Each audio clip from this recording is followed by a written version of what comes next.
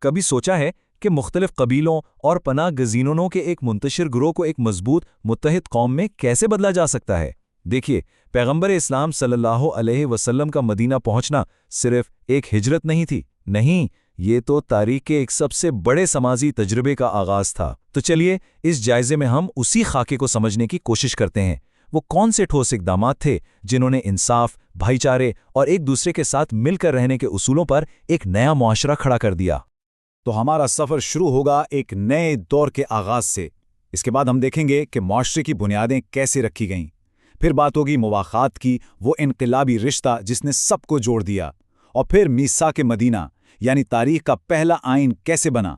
اور ہاں، آخر میں ہم ایک بہت پرانی تاریخی غلط فہمی کو بھی دور کریں گے، بالکل ٹھوس حقائق کی بنیاد پر۔ ذرا اس ماحول کا تصور تو کیجیے، سالوں کی اذیت، ایک لمبا کٹھن سفر، اور پھر نبی اکرم صلی اللہ علیہ وآلہ وسلم آخر کار مدینہ پہنچ جاتے ہیں۔ یہ صرف ایک سفر کا خاتمہ نہیں تھا، نہیں، یہ تو ایک بالکل ہی نئے باب، ایک نئے دور کا آغاز تھا۔ یہ وہ الفاظ ہیں جو نبی اکرم صلی اللہ علیہ وآلہ وسلم کے شہر میں داخل ہوتے وقت گائے گئے تھے، اور یہ الفاظ اس بے پناہ خوشی اور امید کو ظاہر کرتے ہیں جو اس وقت پوری فضا میں تھی۔ آپ سمجھیے کہ یہ کوئی خاموش استقبال نہیں تھا، بلکہ گلیاں لوگوں سے بھری ہوئی تھیں، بچے، خواتین سب چھتوں پر جمع تھے، ہر کوئی بس اس رہنما کی ایک جھلک دیکھنے کو بےتاب تھا جس نے ایک پرامن مستقبل کی امید دلائی تھی۔ اچھا، مدینہ پہنچنے کے بعد پہلا کام کیا تھا؟ دیکھیے، پہلی ترجیح کوئی فوجی طاقت جمع کرنا یا اقتدار کو مضبوط کرنا نہیں تھی، بالکل نہیں۔ اس کے بجائے معاشرے کی تعمیر کا آغاز ایک ایسی جگہ سے کیا گیا جو آگے چل کر اس نئی سوسائٹی کا دل بننے والی تھی، یعنی اس کا روحانی اور سماجی مرکز۔ اور ترجیحات کا یہ انتخاب ہی سب کچھ بتا دیتا ہے۔ صاف ظاہر تھا کہ اس نئی جماعت کی طاقت ہتھیاروں یا اونچی دیواروں سے نہیں، بلکہ ایمان اور اتحاد سے آنی تھی۔ اسی لیے جو پہلی عمارت بنائی گئی وہ کوئی قلعہ نہیں تھی، بلکہ عبادت اور لوگوں کے اکٹھے ہونے کی جگہ تھی۔ اور یہ مسجد قباء، یہ صرف نماز پڑھنے کی جگہ نہیں تھی، یہ تو اس نئی کمیونٹی کا آپ کہہ لیں نرو سینٹر یا اعصابی مرکز تھی۔ اور پھر خود نبی اکرم صلی اللہ علیہ وسلم کا اس کی تعمیر کے لیے اپنے ہاتھوں سے پتھر اٹھانا، یہ اپنے آپ میں ایک بہت بڑا پیغام تھا۔ پیغام یہ تھا کہ قیادت کا مطلب خدمت ہے، اور یہ کہ ہر شخص، چاہے اس کا رتبہ کچھ بھی ہو، اس نئے معاشرے کی تعمیر میں برابر کا شریک ہے۔ تو روحانی بنیاد تو رکھ دی گئی، لیکن اب ایک فوری سماجی اور معاشی چیلنج سامنے کھڑا تھا۔ مکہ سے جو لوگ ہجرت کر کے آئے تھے، یعنی مہاجرین، وہ بالکل خالی ہاتھ تھے۔ سوچیں ذرا، وہ اپنا گھر، اپنا مال، سب کچھ پیچھے چھوڑ آئے تھے۔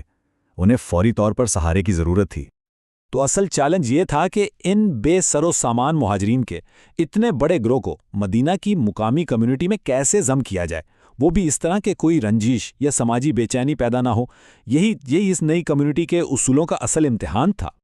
اور اس کا حل وہ واقعی انقلابی تھا، نام تھا مواخات۔ اور ایک بات سمجھ لیں، یہ کوئی عام خیرات نہیں تھی، نہیں، یہ ایک ایسا گہرا نظام تھا جس نے ہر مہاجر کو مدینہ کے ایک مقامی خاندان یعنی انصار کے ساتھ جوڑ دیا۔ اب وہ ان پر کوئی بوجھ نہیں تھے، بلکہ وہ بھائی بن گئے تھے، ایسے بھائی جو گھر میں، دولت میں اور اپنی تقدیر میں ایک دوسرے کے شریک تھے۔ اور یہ صرف کوئی جذباتی نعرہ نہیں تھا، یہ ایک باقاعدہ منظم منصوبہ تھا۔ بالکل شروع میں 90 افراد یعنی 45 مہاجرین اور 45 انصار کو بھائیوں کے جوڑوں میں بانٹ دیا گیا۔ ذرا سوچیں اس کے اثر کے بارے میں۔ ایک ہی دن میں 45 نئے خاندان بن گئے، ایسے خاندان جن کا رشتہ خون کا نہیں بلکہ ایمان، قربانی اور محبت کا تھا۔ اور اس نظام کی خوبصورتی یہی تھی کہ یہ محتاجی کو نہیں بلکہ خودداری اور معاشی خود مختاری کو فروغ دے رہا تھا۔ اس کی بہترین مثال عبد الرحمن بن عوف رضی اللہ عنہ کی ہے۔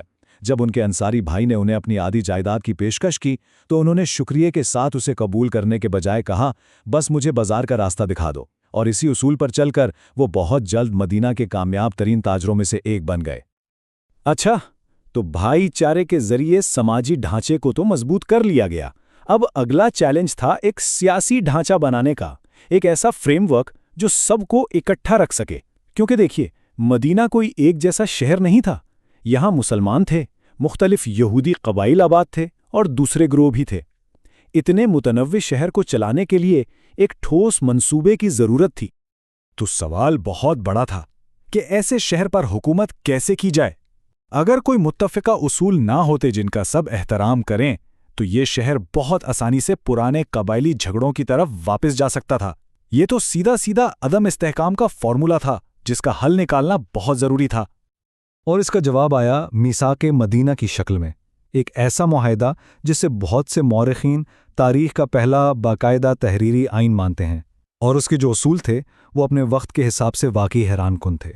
اس نے تمام مختلف گروہوں کو ملا کر ایک سیاسی برادری یعنی امت بنایا، سب کو مذہبی آزادی کی ضمانت دی اور ایک مشترکہ دفاعی نظام قائم کیا۔ یہ ایک پلورلسٹک سوسائٹی کی بنیاد تھی۔ تو حقیقت میں یہ صرف ایک معاہدہ نہیں تھا، یہ تو ایک بالکل نئی قسم کے معاشرے کا ویژن تھا۔ یہ ایک مکمل بلو پرنٹ تھا اس بات کا کہ کیسے مختلف عقائد کے لوگ برابر کے حقوق اور ذمہ داریوں کے ساتھ ایک شہری کے طور پر امن سے رہ سکتے ہیں۔ اچھا، اس سے پہلے کہ ہم بات ختم کریں، آئیے ایک بہت پرانی تاریخی غلط فہمی کو بھی صاف کر لیں۔ ہاں، یہ تھوڑا متنازع موضوع سمجھا جاتا ہے، لیکن جیسا کہ کہتے ہیں حساب کتاب اور ریاضی جھوٹ نہیں بولتے۔ ایک عام غلط فہمی جو بہت پھیلی ہوئی ہے وہ حضرت عائشہ رضی اللہ عنہا کی رخصتی کے وقت کی عمر کے بارے میں ہے۔ اکثر کہا جاتا ہے کہ آپ کی عمر 9 سال تھی، لیکن جب ہم تاریخی حقائق کا حساب لگاتے ہیں تو تصویر بالکل مختلف نظر آتی ہے۔ چلیے اس کو سمجھنے کے لیے ہم ایک مستند تاریخی حقیقت سے شروع کرتے ہیں۔ حضرت عائشہ رضی اللہ عنہا کی بڑی بہن حضرت اسما رضی اللہ عنہا 73 ہجری میں 100 سال کی عمر میں وفات پاتی ہیں۔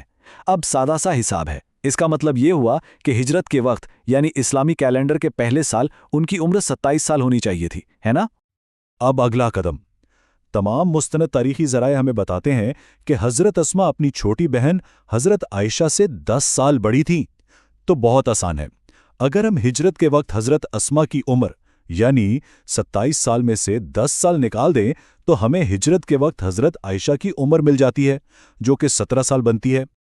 اور چونکہ رخصتی ہجرت کے کچھ عرصے بعد ہوئی تھی تو اس سے صاف نتیجہ نکلتا ہے کہ اس وقت آپ کی عمر 17 سے 19 سال کے درمیان تھی۔ تو یہ سادہ سا تاریخی حساب اس عام غلط فہمی کو پوری طرح رد کر دیتا ہے جو اکثر ایک لفظ کی غلط تشریح کی وجہ سے پیدا ہوئی۔ تو آئیے اس گفتگو کو اس ایک سوال پر ختم کرتے ہیں۔ دیکھیے، مدینہ کی تعمیر صرف تاریخ کا ایک واقعہ نہیں ہے، یہ کمیونٹی بنانے، لوگوں کو جوڑنے اور انصاف کے ساتھ حکومت کرنے کا ایک ایسا ماڈل ہے جو آج بھی اتنا ہی متعلقہ ہے۔ تو سوال یہ ہے کہ آج کی دنیا میں جو اکثر تقسیم کا شکار رہتی ہے، ہم اور ہمارے جدید معاشرے مدینہ کے ان بنیادی اصولوں، اتحاد، انصاف اور سماجی بہبود سے کیا کچھ سیکھ سکتے ہیں؟